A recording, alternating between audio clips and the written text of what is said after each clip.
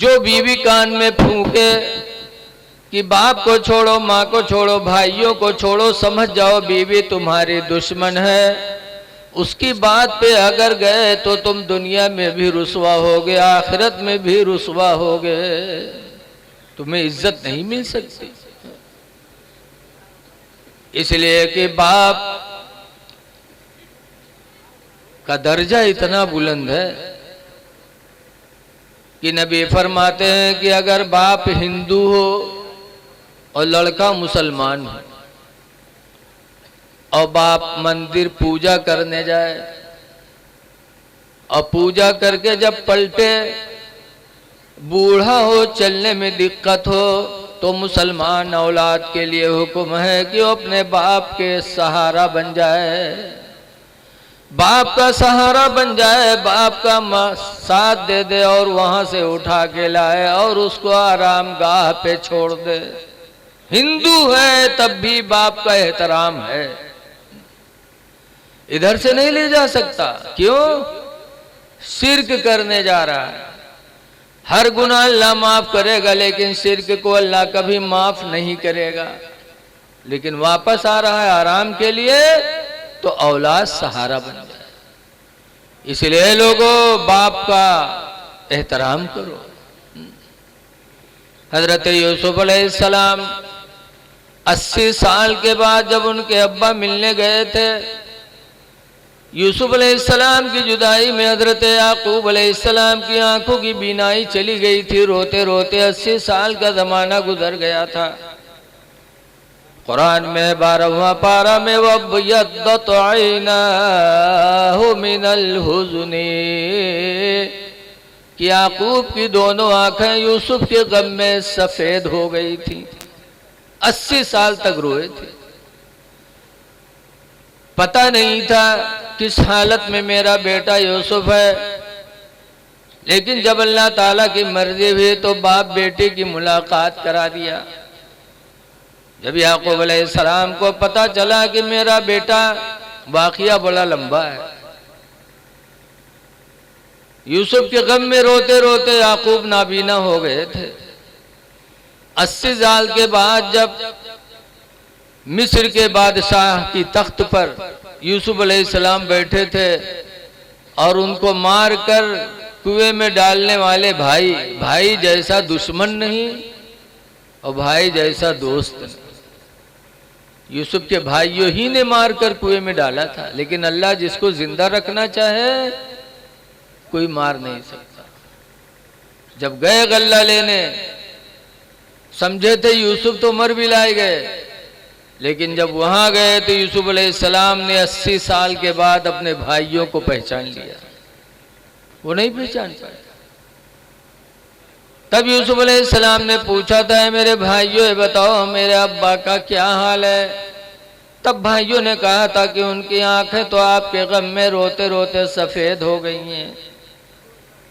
तो यूसुफ अलैहिस्सलाम ने अपना कुर्ता निकाला था और कुर्ता निकाल कर अपने भाइयों को दिया था, कहा ले जाओ मेरे अब्बा को मेरा कुर्ता दे दो।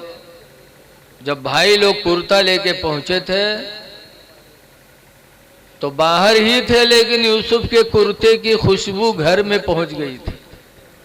याकूब अलैहिस्सलाम बैठे थे, जैसे खुशबू मिली, कहते हाय मेरा यूसुफ कहाँ है, हाय मेरा यूसुफ कहाँ है, आज मुझे यूसुफ की खुशबू मिल रही है। इतने में भाई लोग कुर्ता लेके पहुंचे और बताया कि अब्बा यूसुफ तो मिस्र के सल्तनत उनके हाथों में, मिस्र के बादशाह हैं, उन्होंने कुर्ता दिया। यूसुफ अलैहिस्सलाम के अब्बा ने यूसुफ का कुर्ता चूमा और मोहब्बत से ऐसे आंखों में लगाया तो कुरान 12वां पारा में फरतद्द बसीरा, तो उनकी आंखों की रोशनी अल्लाह ताला ने वापस फरमा दिया। आंखों की रोशनी आ गई एक नबी के कुर्ते की बरकत से। चले देखने के लिए 80 साल के बाद आए थे। जब सल्तनत के गेट पर पहुंचे, शाही महल के गेट पर पहुंचे, याकूब अलैहिस्सलाम, यूसुफ अलैहिस्सलाम तख्त पे बैठे थे। दिल में आया कि लाओ अब्बा के लिए खड़े हो जाएं, लेकिन अल्लाह की मर्जी खड़े नहीं हुए।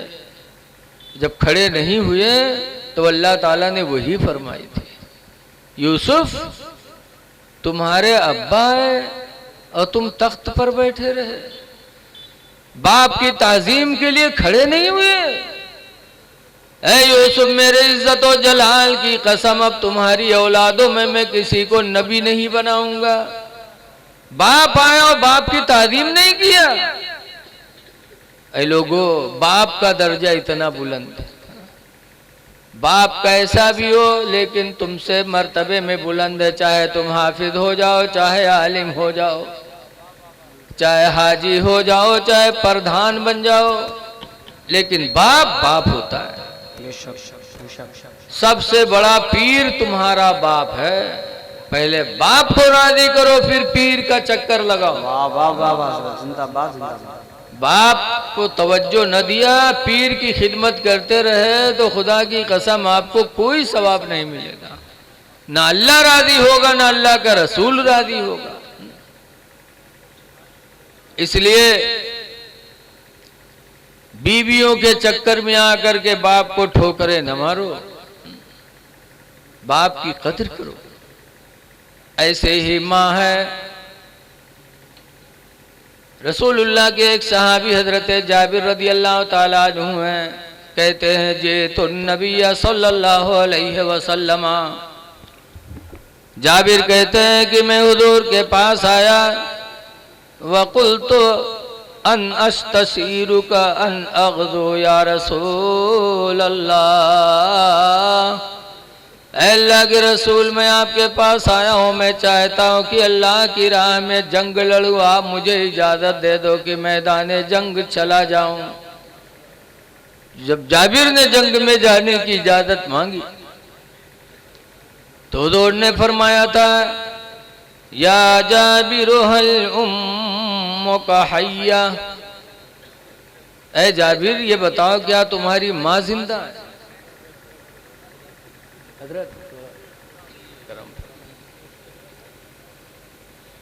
ऐ जाबिर बताओ क्या तुम्हारी माँ जिंदा है? कुल तो नाम, कहते मैंने कहा हाँ।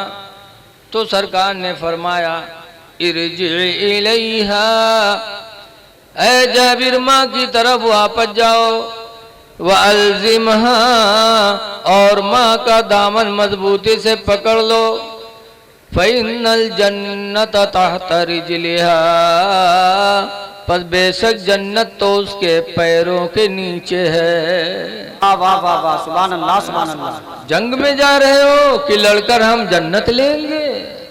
मैदान जंग में शहादत के बाद जन्नत की तमन्ना न करो, बल्कि अल्लाह को राजी करने के लिए माँ का दामन पकड़ लो। तुम्हारी जन्नत तो माँ के कदमों के नीचे रखी है। सुभान अल्लाह सुभान अल्लाह।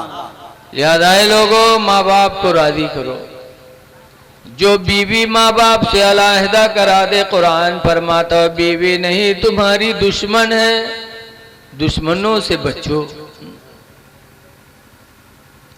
लेकिन मेहरुए सुनत है, सोचत है अच्छा मौलाना बुलाई बैठा ही हमरे आदमी के दिमाग खराब करेगा।